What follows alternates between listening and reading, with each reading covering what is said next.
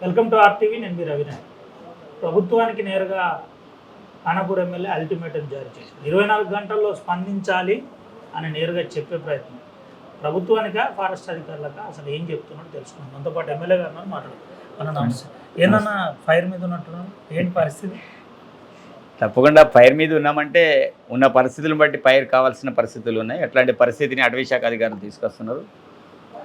వాస్తవంగా నా ఏరియాలో ఆదివాసులతో పాటు ఆదివాసేతరులందరూ కూడా అనేక రకాల ఇబ్బందులు పడుతున్నారు కాబట్టి మరి ప్రత్యేకించి ఈ యొక్క ఫైర్ కావాల్సిన పరిస్థితి వచ్చింది. జల్ జంగల్ జమీన్, ఇప్పుడు జంగల్ అంశంలో గొడవ జరుగుతుంది. ఏంటి అసలు పరిస్థితి? వాస్తవ జంగల్ అంశంలో గొడవ జరగడానికి ప్రధానమైన కారణం డిప్యూటీ శాంతరావు. అతను పక్కా బీఆర్ఎస్ కోవట్ అని అనేక సందర్భాలు చెప్తున్నా. వాస్తవాన్ని నేను ఎమ్మెల్యే అయిన తర్వాత సంవత్సరం పాటు కూడా ఏమి ఇబ్బందులు లేవు. కానీ అతను వచ్చిన తర్వాత హెవీ వెహికల్స్ అయితే చాలా రోజుల నుంచి టైగర్ జోన్ నుంచి వస్తలేవు. బట్ 108 కావచ్చు, 104 కావచ్చు, మిగతా వెహికల్స్ కూడా ఆపే ప్రయత్నం చేశారు. అదేవిధంగా పోడు భూముల విషయంలో కనుక మేమైతే పూడికి తీసే కార్యక్రమం కావచ్చు, కేజీలతో దున్నే కార్యక్రమం కావచ్చు, టాటాలు దున్నే కార్యక్రమం కావచ్చు, ఇవే కాకుండా మేము ఇందిరా మిల్లు ఇస్తే వాళ్ళని కూడా దగ్గర 500 నీళ్ళు ఆగి ఉన్నాయి. అదేవిధంగా నిన్న జరిగిన సంఘటన మీకు అందరికీ తెలుసు. అమాయక ఆదివాసులు వర్షం వస్తుందని చేపల వేటకు వెళ్తే వాళ్ళందరినీ కూడా చితకబాది వీపు వాసేటట్టు, చేతులు వాసేటట్టు, వేళ్ళు పగిలేటట్టు, ఒక యూనిఫామ్ లేకుండా ఒక రౌడీలాగా రాక్షసానాన్ని పొందడం అనేది జరిగింది. నిజంగా చెప్పాలంటే ఇట్లాంటి మనుషులు కూడా ఈ జమానాలు కూడా ఉన్నారంటే ఆశ్చర్యం అనిపించింది. వాస్తవంగా వారిని కొట్టడమే కాకుండా అడవంతా తిప్పి, అసలు వాళ్ళు ఎక్కడున్నారో తెలియదు. అట్లాంటి సిచ్యువేషన్లో ఒకటి తప్పించుకొని పారిపోయి వచ్చి చెప్తే తప్ప వాళ్ళు ఎక్కడున్నారో తెలియని విషయం నేను వెలుగు చూసింది. ఆ విషయంలో నేను చాలా సీరియస్గా రెస్పాండ్ అయినా. ఇది మొదటిసారి కాదు, అనేక సార్లు మనం ఈ విషయాన్ని గౌరవ మంత్రి దృష్టికి నేను తీసుకెళ్ళినా, వైల్డ్ లైఫ్ బోర్డు మీటింగ్లలో మాట్లాడినా. చాలా రకాలుగా హింసిస్తుండ్రు, ఇసుక తీసుకురానిస్తారు, రెవెన్యూ దగ్గర పోనిస్తలేరు అనే విషయాన్ని చాలా స్పష్టంగా చెప్పిన. ఇసుక లేకపోతే ఇంద్రమిల్లు కావు, సీసీ రోడ్లు కావు, అది మనకు సంబంధించిన గవర్నమెంట్ ప్రభుత్వ సంబంధించిన భవనాల నిర్మాణం కావు, అన్నీ కూడా ఇసుకతో డిపెండ్ అయి ఉన్నాయి. దాంతోపాటు అన్ని రకాలుగా ఇబ్బందులు అవుతున్న విషయాన్ని చాలా స్పష్టంగా చెప్పిన. కానీ వాళ్ళు వాంటెడ్లీ హెరాస్మెంట్ చేసే పరిస్థితులు తీసుకొస్తుండ్రు. ఒక 15 రోజుల క్రితం, నెల రోజుల క్రితం మా సర్పంచ్ మీద, జక్కు భూమిస్ మీద, వాళ్ళ ఇంటికి దాడి మీద ఒక 50 మంది అటవీ శాఖ అధికారులు వెళ్ళారు. వితౌట్ ప్రూఫ్, ఏం ప్రూఫ్లు లేవు, ఆధారాలు లేవు, ఏం లేవు. ఆ సర్పంచ్ చేయబట్టి అతని పరిధిలో సీసీ రోడ్ పనులు జరిగితే నువ్వే ఇసుక తీసుకొచ్చినా అటవీకి సంబంధించిన ఇసుకని వాళ్ళు ఇబ్బందులు పెట్టారు. అదంతా ట్రాక్టర్ లేదు, ఏం లేదు, ప్రూఫ్లు లేవు, ఏం లేవు. అది కాకుండా నిన్న కాదు మొన్న ఉడుంపూర్లో కేజ్వీల్తోటి చేనుకి వెళ్తే కేజ్వీల్ని తీసుకొచ్చి లోపల పెట్టే ప్రయత్నం నేను చేశారు. అక్కడ విధ్వంసం జరిగింది, ఇది జరిగింది. కాబట్టి ఇట్లాంటి సిచ్యువేషన్ జరిగినప్పుడు ఈ ప్రాంతంలో ఆదివాసులతో పాటు ఎస్సీలు, బీసీలు, ఓసీలు కూడా వ్యవసాయం చేస్తున్నారు. పొడి వ్యవసాయం. యాదవ్ సోదరులు గొర్రెలు మేపడానికి ఇబ్బందులు పెడుతున్నారు. మేదరోళ్ళు చీపుర్లు కడదామంటే తీసుకెళ్ళడానికి ఇబ్బంది పెడుతున్నారు. వడ్రంగులని వాళ్ళని ఇబ్బంది పెడుతున్నారు. ట్రాక్టర్ యూని వాళ్ళని అందరినీ ఇబ్బంది పెడుతున్నారు. ఇప్పుడు వ్యవసాయం చేద్దామంటే ట్రాక్టర్లను కూడా రేంజ్లలో వాళ్ళ ఆఫీసులలో ఉన్నాయి. ఇవి అన్నీ కూడా వదలాలని డిమాండ్ చేస్తున్నాం. అదేవిధంగా నిన్న జరిగిన ఇన్సిడెంట్లో కంపల్సరీ లక్ష్మీనారాయణ మీద ఇమీడియట్లీ యాక్షన్ తీసుకోవాలి. నేను 24 గంటల డెడ్ లైన్ విధించిన, నిన్న 12 గంటల డెడ్ లైన్ విధించిన, ఇంకా కొన్ని గంటలు మాత్రమే మిగిలింది. ఈ యొక్క కొన్ని గంటలు దాటితే మాత్రం కంపల్సరీ నేను యొక్క డెడ్ లైన్ ఎవరి మీద? అటవీ శాఖ మీద నా డెడ్ లైన్. దాని మీద అటవీ శాఖ స్పందించాలి. వారి మీద, ఆఫీసర్ మీద ఇమీడియట్లీ సస్పెన్షన్ చేయాలి. అదేవిధంగా ప్రభుత్వం ఒక సాయంత్రం ఈ ప్రాంతం నుంచి తరలించాలి. ఎందుకు ఉమ్మడి ఆదిలాబాద్ జిల్లాలకి అతి పెద్ద సని ఈరోజు సాయంత్రం గారు ఉన్నారు. కాంగ్రెస్ పార్టీ పాలనలో ఉంది, మీరు కాంగ్రెస్ పార్టీలో ఎమ్మెల్యేగా ఉన్నారు, మీరు చేయి గుర్తుతో గెలిచిన ఎమ్మెల్యే కూడా. అలాంటిది శాంతారాంని ట్రాన్స్ఫర్ చేయించుకోలేనంత బలహీనమైన పరిస్థితిలో ఉన్నారని. నేను బలహీన పరిస్థితి లేను, నేను చాలా బలమైన వ్యక్తిని. ఈరోజు కాంగ్రెస్ పార్టీ అధికారంలో ఉన్నది. 100% నా పోరాటం కాంగ్రెస్ పార్టీ తోటి కాదు, ప్రభుత్వానికి వ్యతిరేకంగా కాదు. నేను అటవీ శాఖకు వ్యతిరేకంగా పోరాటం చేస్తున్నా. ఈ పోరాటంలో న్యాయం ఉంది. ఈరోజు ప్రజలందరూ కూడా ఇబ్బంది పడడం నేను స్పందిస్తున్నా. కాబట్టి సాయంత్రాన్ని ఇమీడియట్లీ ట్రాన్స్ఫర్ చేయిస్తా, తప్పకుండా అవుతాడు కూడా. ఇంత రప్చర్ జరుగుతుంది. ఉమ్మడి ఆదిలాబాద్ జిల్లాలో లక్షల ఎకరాల ఆదివాసీల భూములని శాంతారాం పోడు భూమిని తీసుకొని ప్లాంటేషన్ చేపిస్తున్నాడు. ఇంత గొడవలు అవుతున్నాయి. పోలీసు బందోబస్తు పెట్టి మరి భూములు తీసుకుంటున్నాడు. ఇంత జరిగినా ఎందుకు ముఖ్యమంత్రి రెస్పాండ్ కావట్లేదు? శాంతారాం లాంటి అధికారిని కనీసం ట్రాన్స్ఫర్ చేయలేకపోతున్నాడు. దానికి కారణం ఏంది అసలు? కారణాలు ఏంటిది నాకు తెలియదు. కానీ నేను చాలా క్లారిటీ తోటి చెప్పి చెప్పి నా ఓపిక నశించింది. 2 సంవత్సరాల నుంచి ఉద్యమం ఎస్, చేస్తున్నారు. 2 సంవత్సరాల నుంచి. బట్ దాంట్లో డిఫరెంట్ అంశాలు ఉన్నాయి. బట్ ఇప్పుడు చెప్పి చెయ్యి దాటిపోయింది. ఇప్పుడు నేను ఎవరు చెప్పినా వినే పరిస్థితి లేను. ఈరోజు ముఖ్యమంత్రి పిలిపించుకొని రేపటి నుంచి సమస్య పరిష్కారం అయితే అది మంచిది. లేనప్పుడు మంత్రి గారు పిలిపించుకొని నేను మాట్లాడతానంటే నేను పోయి మాట్లాడే పరిస్థితి లేను. నన్ను క్లారకంటే మంత్రి గారు పిలిచినా నేను వెళ్ళను. ఇప్పుడు అయిపోయింది. ఎందుకంటే సిచ్యువేషన్ దాటిపోయింది. ఇప్పుడు ఏమైనా సీఎం గారు నేరుగా రాత్రి 11 గంటలకు స్వయంగా మీరే స్టేటస్ పెట్టి చూసుకుందాం రండి, ఆఫీస్ దగ్గరికి నేను వస్తున్నాను, మీరు రావాలి, మీ పక్షాన నేనున్నానని నిన్న భరోసా కల్పించే ప్రయత్నమా, లేదంటే అధికారులను ప్రభుత్వాన్ని ఇరకాటం పెట్టే ప్రభుత్వాన్ని ఇరకాటం పెట్టే పరిస్థితి లేదు. నేను ప్రభుత్వాన్ని అట్టి పరిస్థితులను ఇరకాటంలో పెట్టా. ఈరోజు ప్రభుత్వం బదనమవుతుంది. ఎవరి వల్ల బదనమవుతుంది? అటవీ శాఖ వల్ల. అటవీ శాఖ అంటే కొంతమంది అధికారుల వల్ల. ఈరోజు ఈ సాయంత్రం చేయబట్టి అటవీ శాఖకే చెడ్డ పేరు వస్తుంది. ఈ కొంతమంది ఆఫీసర్ వల్ల అందరూ కూడా బదనమవుతున్నారు. ప్రభుత్వం కూడా బదనమవుతుంది. కాబట్టి నేను ప్రభుత్వాన్ని కాపాడడానికి ప్రయత్నం చేస్తున్నాను. ప్రభుత్వాన్ని బదనం చేసే ప్రయత్నం కాదు. ఈరోజు ఇట్లాంటి అధికారులు ఉండబట్టి మన ప్రభుత్వం బదనం అవుతుంది. ఈరోజు 10 సంవత్సరాలు లేని ఇష్యూ ఇప్పుడు ఎందుకు వచ్చింది? ప్రజాప్రభుత్వంలో ఫారెస్ట్ అధికారులు లాఠీలతో ఆదివాసీ యువకుల మీద దాడి, ఆ దాడిని చూసినప్పుడు మీకు ఏమనిపించింది? అందుకే నేను అందుకే కదా నేను ఈ నిర్ణయం తీసుకోవడానికి కారణం ఏంటిది? నేను ఉద్యమాల నుంచి వచ్చిన నేను ఆ యొక్క బాధలు, ఆ యొక్క వార్తలు చూసి చలించిపోతున్నా, బాధపడుతున్నా. ఆ బాధను చూసే ఈ యొక్క నిర్ణయం తీసుకున్నా. కాబట్టి నేను ఏమంటున్నా, నేను అటవీ శాఖ అధికారులు తీరు మారాలని కోరుకుంటున్నా. ఇట్లాంటి ఆఫీసర్లను చేంజ్ చేయాలని కోరుకుంటున్నా. అదేవిధంగా జరిగినట్టు ఇన్సిడెంట్లు అతన్ని సస్పెండ్ చేయాలని కోరుకుంటున్నా. కాబట్టి నా నిర్ణయం చాలా క్లారిటీతోటి ఈ యొక్క నిర్ణయం తీసుకోవడం జరిగింది. కాబట్టి వింటలేరు. కాబట్టి నాయకత్వం నేను వహిస్తా అంటున్నా. ఈరోజు ఈ జిల్లాకే కాదు, రాష్ట్రానికి నాయకత్వం నేను వహిస్తా ఈ పోడు విషయంలో. అంటే గోదావరి లోయ నుంచి మొదలుకొని ఆదిలాబాద్ వరకు 100% అంశానికి ముందుండి మీరు పోరాటం 100%. ఏ ములుగులో రమ్మన్నా వస్తా, ఖమ్మంలో పిలిచినా పోతా, మహబూబ్ నగర్ విషయంలో పోతా. అటవీ సమస్య ఎక్కడున్నా అక్కడ ఆదివాసులు నువ్వు రావాలన్నా అంటే తప్పకుండా వెడంబూజ అక్కడ వాలడానికి సిద్ధంగా ఉన్నాడు ఈ రోజు నుంచి. కాంగ్రెస్ ప్రభుత్వానికి వ్యతిరేకంగా పనిచేస్తున్నారా? బీజేపీ ప్రభుత్వం మమ్మల్ని ఇబ్బంది పెడతామని చెప్పే ప్రయత్నం చేస్తున్నారా? కాంగ్రెస్ ప్రభుత్వాన్ని ఇరకాటంలో పెట్టడానికి ప్రయత్నం చేస్తలేను. బీజేపీ ప్రభుత్వం మమ్మల్ని హింసిస్తుంది. ఈరోజు కేంద్రం నుంచి అనేక రకాల అంశాలు విధిస్తుంది. ఈరోజు అటవీ శాఖ వాళ్ళు కూడా కేంద్రమనే బదనం చేస్తున్నారు. కేంద్రమే మాకు ఆంక్షలు విధిస్తుందని వాళ్ళు చెప్తున్నారు. సరే, వారు ఏం చేసినా సరే నేను చెప్పేది అటవీ శాఖ విషయంలో నేను మాట్లాడుతున్నా. ప్రభుత్వాన్ని ఇరకాటంలో పెట్టాలనో లింక్ ఏదో చేయాలనే కాన్సెప్ట్ కాదు. నేను గెలిచిందే అధికార పార్టీ కాంగ్రెస్ చేతి గుర్తుతోటి నేను గెలిచిన వ్యక్తిని. కాబట్టి నేను పార్టీకి వ్యతిరేకంగా మాట్లాడడం లేదు. నేను అదేవిధంగా సీఎం గారికి వ్యతిరేకంగా మాట్లాడడం లేదు. నేను ప్రభుత్వానికి వ్యతిరేకంగా మాట్లాడడం లేదు. నా పోరాటం అటవీ శాఖతోటి జరుగుతుంది. ఆ రోజుల్లో కుమ్రం భీం పోరాటం, ఈరోజు ఎవరైతే ఆ రోజులు జరిగిన నిజాంతో పోరాటం జరిగింది. కానీ భారతదేశంలో ఉన్న ప్రభుత్వానికి వ్యతిరేకంగా అతను పోరాటం చేయలే, లేకపోతే ఇక ఎవరికో వ్యతిరేకంగా పోరాటం చేయలే. ఈ సమస్య మీద నా పోరాటం నడుస్తుంది తప్ప వ్యవస్థ మీద నా పోరాటం కాదు. ఈరోజు ఆ వ్యవస్థలు కూడా ఎవరైతే కొంతమంది అధికారులకు వ్యతిరేకంగా నేను మాట్లాడుతున్నా, ఆదివాసులు ఎక్కడ ఇబ్బంది పడినా తప్పకుండా నేను స్పందిస్తాను. కంపెనీ నిధులు 100 కోట్లు అన్నారు, కనీసం మాట్లాడలేదు. అసెంబ్లీలో కూడా దీని మీద చర్చ జరగలేదు. ఎందుకు శాంతారాంని ప్రభుత్వం గట్టిగా మందలియలేకపోతుంది? ఈరోజు తప్పకుండా మందలిస్తుంది. చూడండి, నేను నిన్న తీసుకునే నిర్ణయంతో ప్రభుత్వం మందలిస్తుంది. అవసరమైతే అతను ఎక్కడ వేయాలో అక్కడ వేస్తుంది. తప్పకుండా అతను కూడా ఇక్కడ ఉండడానికి అర్హత లేదు, అసలు ఎలిజిబుల్ ఆఫీసరే కాడు ఈ ప్రాంతానికి. ఇప్పటికే ఆదివాసీ సంఘాలతో చర్చలు చేస్తున్నారు. నిన్నటి నుంచి అదే పనిలో ఉన్నారు, సంఘాలతో మాట్లాడుతున్నారు. మరోసారి ఆదిలాబాద్ జిల్లా అడవుల జిల్లాను ఒక్కసారిగా ఉద్యమంతో లేపే ప్రయత్నమా? అంటే మీరు కానీ, అటు ఆశీర్వాదం నుంచి ఆత్రం సక్కు కానీ, తుడుం దెబ్బ నుంచి అటు గణేష్ కానీ, వీళ్ళంతా కూడా ఒక వరుస స్టేట్మెంట్లు ఇస్తున్నారు. రానున్న రోజుల్లో ఇదే పరిస్థితి ఉంటే, సమస్య పరిష్కారం కాకపోతే ఉద్యమం తీవ్ర రూపం అంటే ఏంటి? హింస ఉంటుందా? హింస కాదు, ప్రజాసంబద్ధమైన కార్యక్రమాలు ఉంటాయి. ఎక్కడ కూడా హింస విధ్వంసం ఎక్కడ కూడా ఉండదు. చాలా పీస్ఫుల్ బద్ధంగా రాజ్యాంగబద్ధంగా పోరాటం చేస్తాం. ఈరోజు అట్లా హింస చేసేది ఉంటే నిన్న ఏదో ఒకటి జరుగుతుండే, ఆ యొక్క అటవీ శాఖను మొత్తం కాలబెట్టి విధ్వంసం చేస్తుండే. అది కాదు. ఈరోజు మా అండర్ కంట్రోల్లో ఆదివాసులందరూ కూడా పనిచేస్తారు. ఈరోజు మేము అందరినీ రెచ్చగొట్టాలి, ఉద్యమం చేయాలనే కాన్సెప్ట్ కాదు. ఎక్కడైతే అన్యాయం జరుగుతుందో ఆ అన్యాయానికి వ్యతిరేకంగా మేము పోరాటం చేస్తున్నాం. కాబట్టి ఈ పోరాటం ఎవరికి వ్యతిరేకంగా ఇంకే చేయాలని కాన్సెప్ట్ కాదు. ఈరోజు సంఘాలన్నీ కూడా నేను నిన్నటితోటి మాట్లాడుతున్నా. ఈరోజు రేపటి నుంచి ఈ యొక్క అంశం మీద తీర్మానాలని కూడా చేస్తున్నా. ఆగస్ట్ ప్రజా సంఘాలు చెప్పేది ఏంటి, మా తుడుందెబ్బ కావచ్చు, సేన కావచ్చు, అందరు కూడా మేము ఆగస్టు 9 వరకు అవకాశం ఇస్తామని వాళ్ళు చెప్తున్నారు. నేను చెప్పింది ఆ ఆఫీసర్ మీద 24 గంటల మీద నేను డెడ్ లైన్ పెట్టేసిన. ఎవరి ఎజెండాలు వాళ్ళకు ఉన్నాయి. ఆ ఎజెండాలను కూడా కలిపి నేను నాయకత్వం వహిస్తా.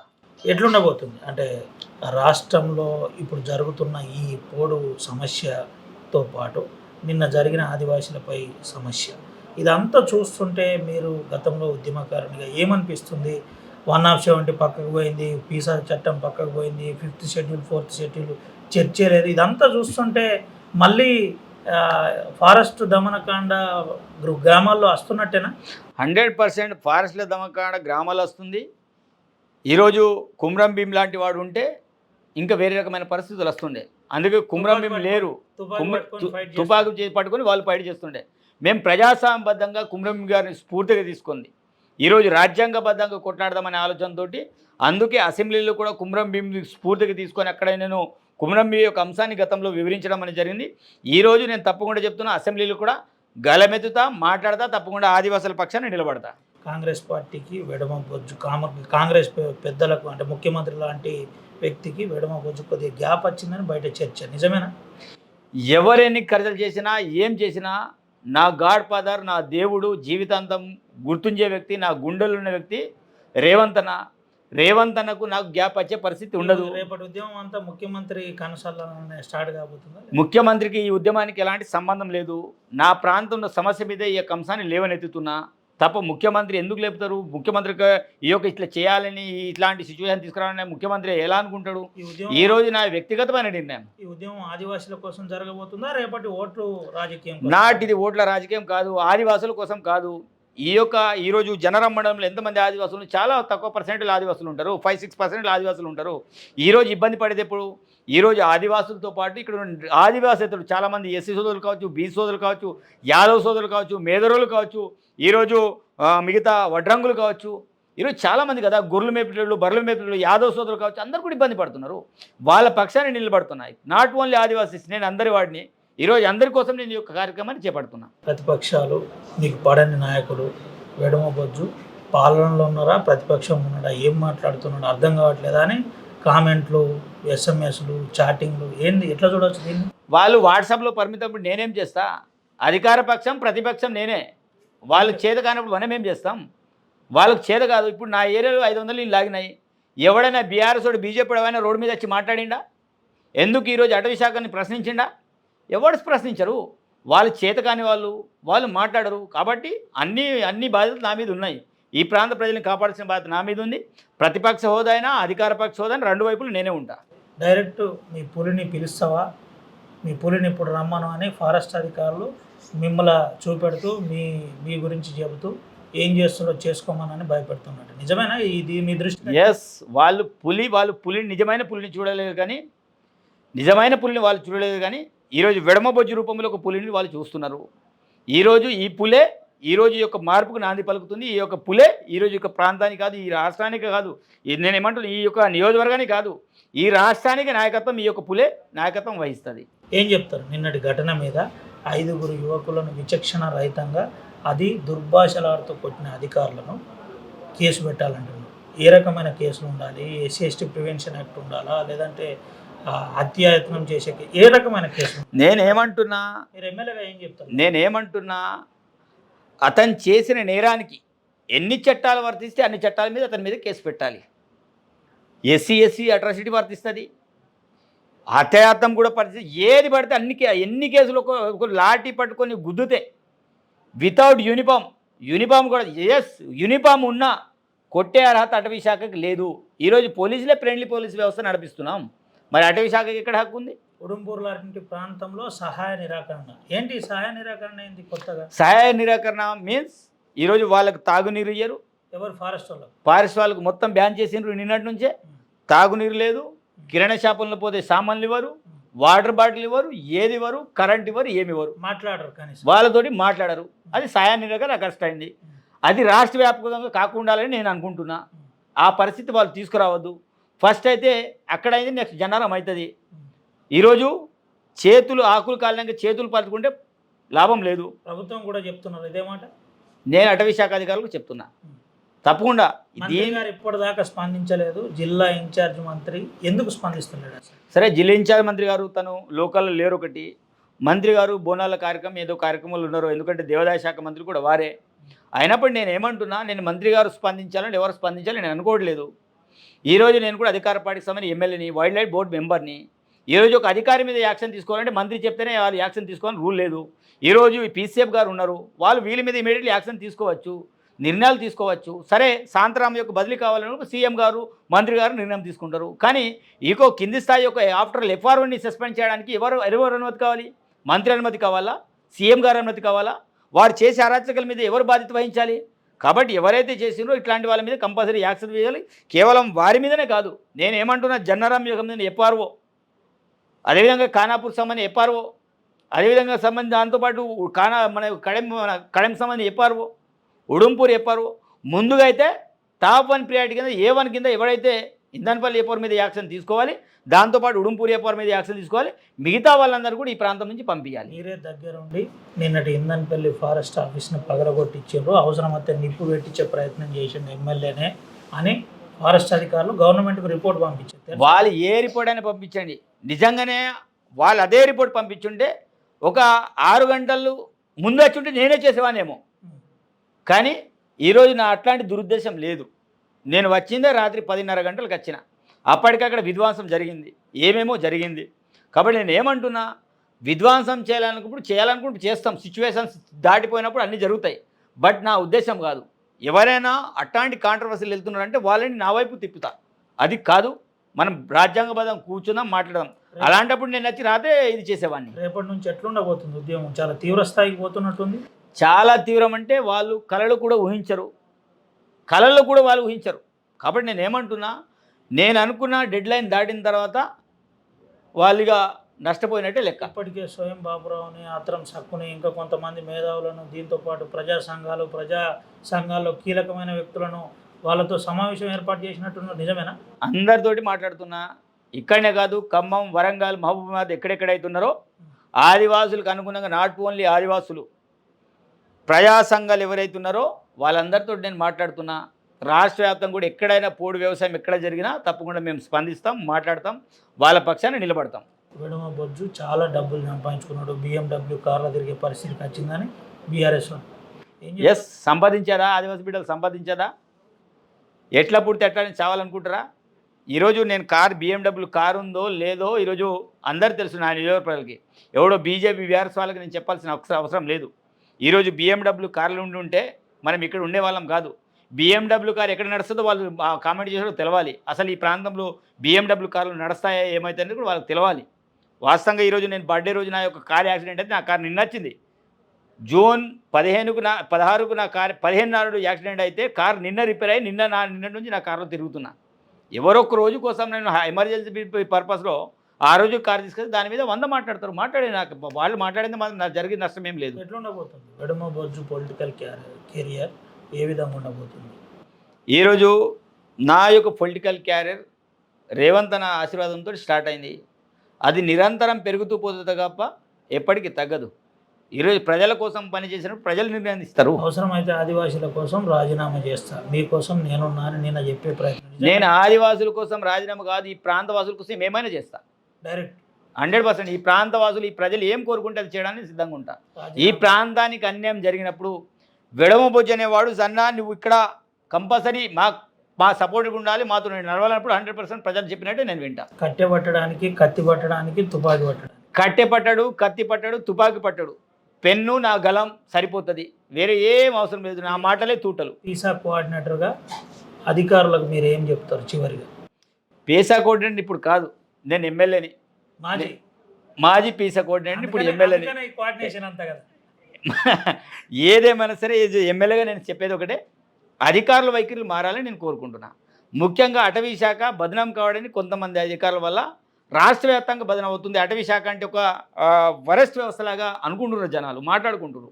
ఆ వ్యవస్థలో మార్పులు జరగాలంటే ఫ్రెండ్లీ ఫారెస్ట్ వాళ్ళతోటి కమ్యూనికేట్ కావాలి. ఫ్రెండ్లీ పోలీస్ ఏదైతే పేరుందో అదేవిధంగా ఫ్రెండ్లీ ఫారెస్ట్ అధికారులు అనేది పేరు రావాలనుకున్నప్పుడు సమన్వయంతో పనిచేయాలని అనుకుంటున్నాను. RTV ద్వారా చివరిగా ముఖ్యమంత్రి గారికి, ఫారెస్ట్ అధికారులకు ఏం చెప్తారు మీరు?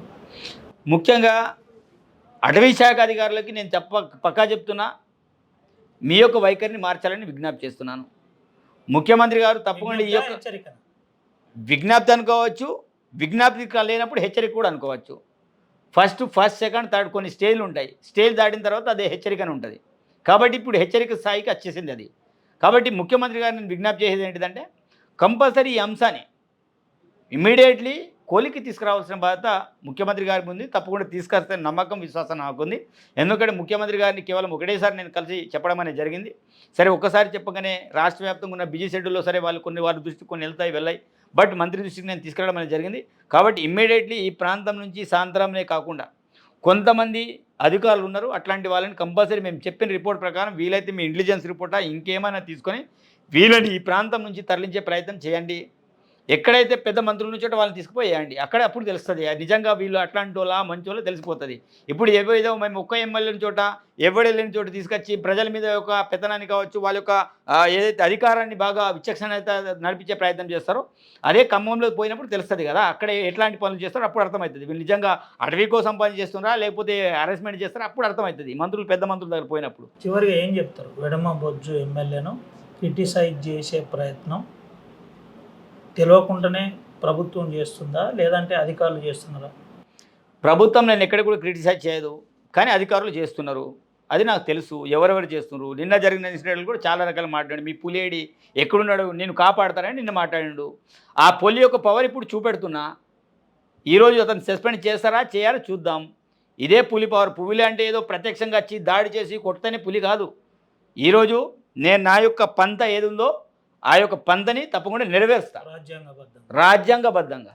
రైట్, థ్యాంక్ యూ అన్న. ఇది పరిస్థితి. పులి ఎక్కడో లేదు, పులి పవర్ ఏందో ఈ 24 గంటల్లో చూస్తారు. 24 గంటల్లో 12 గంటలు అయిపోయింది, ఇంకా 12 గంటలు మాత్రమే గడువు ఉందని చెప్తున్నారు. ఫారెస్ట్ అధికారులకు విజ్ఞప్తి కాదు, ఇది హెచ్చరికనే అని చెప్తున్నారు. ఇప్పటికే విజ్ఞప్తి స్టేజ్ దాటింది. దీనిపై రేవంత్ అన్న వెంటనే స్పందించాలి, పరిష్కరిస్తాడని నేను ఆశిస్తున్నా అని చెప్తున్నాను. ఆదివాసీ యువకులను కొట్టిన దెబ్బలు చూసి నేను చలించిపోయానని చెప్తున్నాను. ఆదివాసీల పక్షాన భద్రాద్రి కొత్తగూడెం నుండి ములుగు, భద్రాద్రి కొత్తగూడెం, భూపాలపల్లి, ఆసిఫాబాద్, ఆదిలాబాద్ జిల్లాలో వారికి ప్రాతినిధ్యం వహించడానికి నేను సిద్ధంగా ఉన్నాను. మీకు ఏ అవసరం ఉన్నా నాకు ఫోన్ చేయండి అని చెప్తున్నాను. ఇప్పటికే ఉద్యమకారులతో మాట్లాడాను. రేపటి నుంచి కార్యాచరణ ఏ విధంగా ఉంటుందో చూడండి, ప్రత్యక్షంగా మీకు చూపెడతాం. సహాయ నిరాకరణ ఇప్పుడు కొనసాగుతుంది. ఫారెస్ట్ అధికారులకు నీళ్ళు ఇవ్వరు, కరెంటు రాదు, కనీసం వాళ్ళతో మాట్లాడని కూడా మాట్లాడరని నేరుగా ఎమ్మెల్యే వెడమగొచ్చి చెబుతున్నారు. దీంతోపాటు ఉమ్మడి ఆదిలాబాద్ జిల్లాలో క్రియాశీలక ఉద్యమకారులతో ఇప్పటికే తను మాట్లాడే ప్రయత్నం చేస్తూ రేపటి ఈ అంశాన్ని తీవ్రంగా ఖండిస్తున్నాను, ఇప్పటికైనా ఆదివాసీల పక్షాన నిలబడి పనిచేస్తున్నాను. దీంతోపాటు ఇప్పటికైనా ఫారెస్ట్ అధికారుల దమనకాండ ఆగకుంటే కొమరం భీం లాంటి పోరాటం మళ్ళీ చూడవలసి వస్తుంది. కానీ ఇది తుపాకీ పట్టి పోరాటం ఉండదు, రాజ్యాంగబద్ధంగా పోరాటం ఉంటుంది. ఈ పోరాటం చాలా కఠినంగా ఉండబోతుందని ఎమ్మెల్యే వెడుమబొజ్జు చెబుతూనే చాలా క్లియర్గా అల్టిమేటం ఇచ్చే ప్రయత్నం చేశారు. వెంటనే శాంతారాంను బదిలీ చేయాలి. ఈ ప్రాంతంలో ఉన్న ఎఫ్ఆర్ఓలను, ముఖ్యంగా ఆదివాసీ యువకులపై ఎవరైతే లాఠీతో దాడి చేసిన సూర్యనారాయణను వెంటనే సస్పెండ్ చేయకపోతే చాలా కఠినంగా వ్యవహరిస్తానని ఖానాపూర్ ఎమ్మెల్యే వెడుమబొజ్జు చెబుతున్నారు. ఏది ఏమైనప్పటికీ జిల్లాలో ఈ అంశం ఇప్పుడు చాలా రప్చర్గా మారింది. దీనిపై ముఖ్యమంత్రి ఎట్లా స్పందిస్తారో వేచి చూడాలి. సుమంతరావు, అవినాయక్, RTV, ఆదిలాబాద్.